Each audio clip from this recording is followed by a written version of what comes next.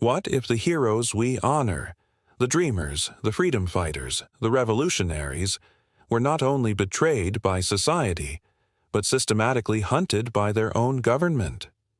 What if the agency sworn to uphold justice unleashed a silent war on black voices, native movements, student protests and peace marches, hidden memos, fake letters, assassinations, all in the name of order? This isn't fiction. This was America, and its name was COINTELPRO. They called it surveillance. They claimed it was security. But what lay beneath was a machine of manipulation, cold, calculated, and ruthless. In the shadows of the American dream, files were opened, phones were tapped, and lies were crafted, not to protect the people, but to control them. They infiltrated movements built on hope. They shattered alliances formed in struggle, and they buried voices demanding change. Not with bullets alone, but with forged letters, blackmail, and silence. This is the story they never wanted you to hear. The operation they denied for decades. The truth that slipped through a broken lock in a small Pennsylvania office. This is COINTELPRO. And it didn't just watch history unfold, it rewrote it. The year was 1956. America stood gripped by Cold War paranoia, haunted by visions of red stars, nuclear fallout, and communist infiltration. But behind the closed doors of the FBI's Washington headquarters, J. Edgar Hoover had grown obsessed with a different enemy. Not just spies or foreign agents, but Americans. Americans who dared to speak up. Americans who wanted change. That year, Hoover gave birth to a program that would become one of the most secretive, unlawful, and devastating domestic campaigns in U.S. history. Its name? COINTELPRO, short for Counterintelligence Program. Officially, it was framed as a defensive measure, an invisible shield to guard democracy from subversion. But what it became was an invisible sword. Its first targets were communists, yes, but quickly COINTELPRO expanded its reach. Its sights shifted to anyone who dared challenge the American order: civil rights leaders, black nationalists, anti-war protesters, native organizers, feminists, student radicals. If you questioned the system, you became the enemy of the state. Hoover, a man whose name was etched in power for nearly 50 years, believed he was the gatekeeper of American values. And in his eyes, dissent, no matter how peaceful, was the seed of chaos. The FBI didn't just monitor, they infiltrated, they provoked, they dismantled. But what made COINTELPRO so dangerous wasn't just the surveillance. It was the psychological warfare. They didn't need to arrest you to silence you. They could ruin your marriage, destroy your reputation, make your friends doubt you, make you doubt you. This was not law enforcement. This was the weaponization of fear. And the most chilling part? No one knew it was happening. There were no news reports, no congressional hearings, no accountability.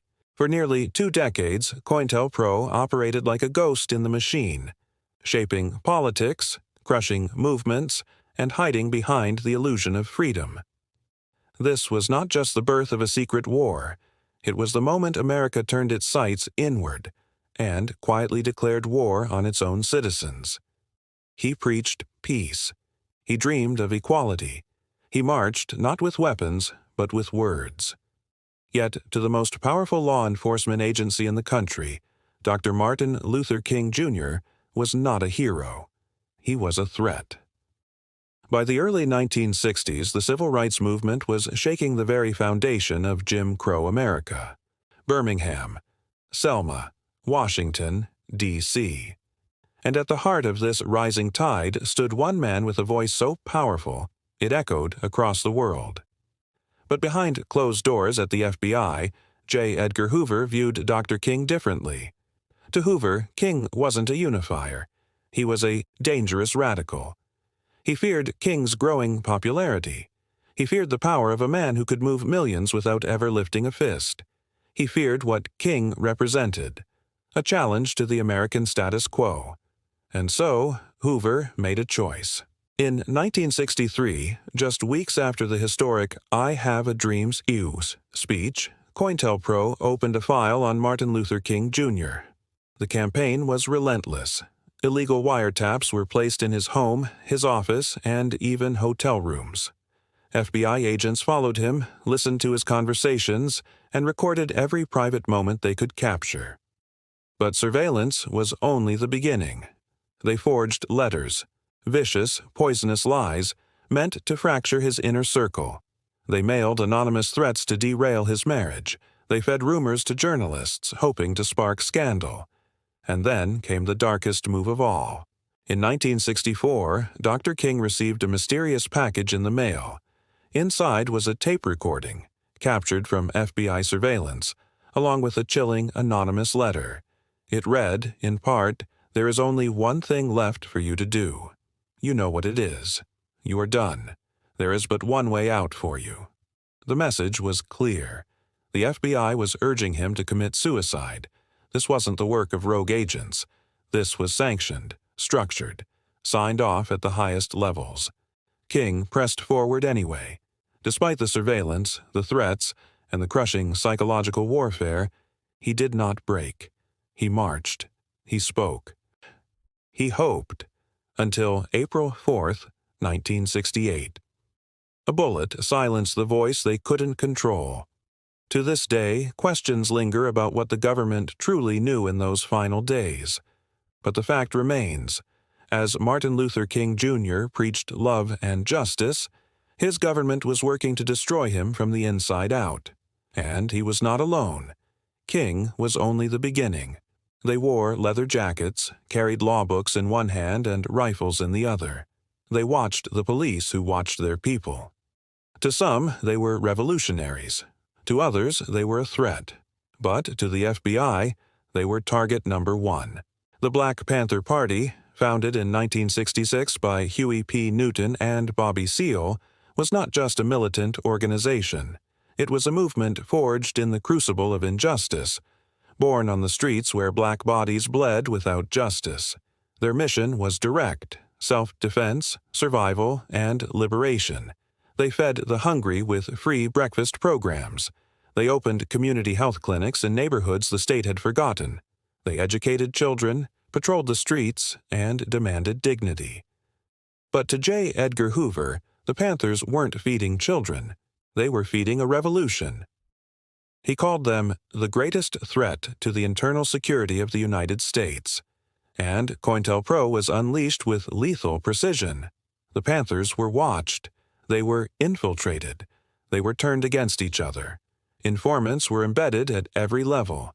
Meetings were bugged. Alliances were sabotaged. Letters were forged to pit brother against brother. In one city after another, the FBI sowed chaos. Turf wars, internal suspicions, leadership breakdowns. Panthers who once trusted each other began to fear shadows. Then came Fred Hampton, the 21-year-old chairman of the Illinois chapter. Charismatic, brilliant, unifying. He could quote Marx and Malcolm in the same breath. He brokered truces between gangs and built coalitions across race lines. White Appalachian activists, Puerto Rican groups, young patriots. He was building a rainbow coalition, a new threat far more powerful than any gun. To the FBI, Hampton's vision was unforgivable. They moved fast. Using an informant named William O'Neill, they obtained floor plans of Hampton's Chicago apartment. On December 4, 1969, at 4:45 a.m., a tactical police unit stormed the home. They fired nearly 100 rounds. Hampton was shot twice in the head as he lay in bed, asleep. His fiancée was 9 months pregnant, lying beside him. She survived. He did not. The FBI called it a justified raid. But autopsies, photos, and eyewitness accounts told a different story. This wasn't an arrest, it was an execution. Across America, similar operations were carried out. Raids, shootouts, sudden arrests. Panthers were imprisoned, exiled, or killed. Geronimo Pratt, a decorated Vietnam veteran and Panther leader, was sentenced to 27 years for a crime he didn't actually commit, based on an FBI informant's lies. Assata Shakur was hounded, shot, jailed, and forced into exile in Cuba. The movement fractured, its survival programs dismantled, its leaders buried or imprisoned, but the bullet that killed Fred Hampton did more than silence a voice. It marked a terrifying truth. The U.S. government was willing to kill its own citizens to stop an idea. To crush a movement, you don't always need a courtroom. Sometimes the most effective weapons are shadows and whispers, silent sabotage, psychological warfare, a secret war fought not with guns, but with lies. This was the FBI's ruthless strategy against America's most powerful activists and organizations. COINTELPRO didn't just spy from afar. They sent agents and informants deep inside the ranks, posing as comrades, friends, even lovers. These infiltrators weren't mere observers. They were provocateurs, instigators of violence and mistrust. Their job: to ignite conflicts that would tear movements apart from within. They whispered rumors of betrayal, fanned flames of paranoia, and orchestrated betrayals so intricate that trust crumbled like sand. The FBI used forged letters, fake documents, and fabricated stories, planted in newspapers, leaked to the press, and spread like wildfire. They aimed to paint beloved leaders as criminals, informants, or morally bankrupt. Letters threatening blackmail, scandalous rumors of infidelity and corruption, claims that activists were government stooges. The goal wasn't just to discredit individuals, it was to poison entire movements, turning allies into enemies and friends into foes. COINTELPRO's tactics went beyond psychology. They were designed to incite real violence. They infiltrated groups like the Black Panthers and the American Indian Movement, manipulating rival factions into violent confrontations. They orchestrated street fights, armed clashes, and devastating raids, often resulting in death and imprisonment. By turning people against each other, the FBI ensured movements bled from within, crippling their ability to stand united against injustice. The personal toll was devastating. Families torn apart by suspicion, leaders isolated and betrayed, communities fractured and weakened. Many activists were driven to paranoia, depression, or worse. Some even took their own lives, haunted by the betrayals they couldn't understand. Despite the destruction, the public remained largely unaware. COINTELPRO's campaigns were meticulously secret, operating behind layers of classified files and misleading statements. For years, the FBI denied their existence, denying accountability. It wasn't until 1971, when a group of activists broke into an FBI office in Media, Pennsylvania, and leaked secret documents, that the truth began to emerge. The world was shocked.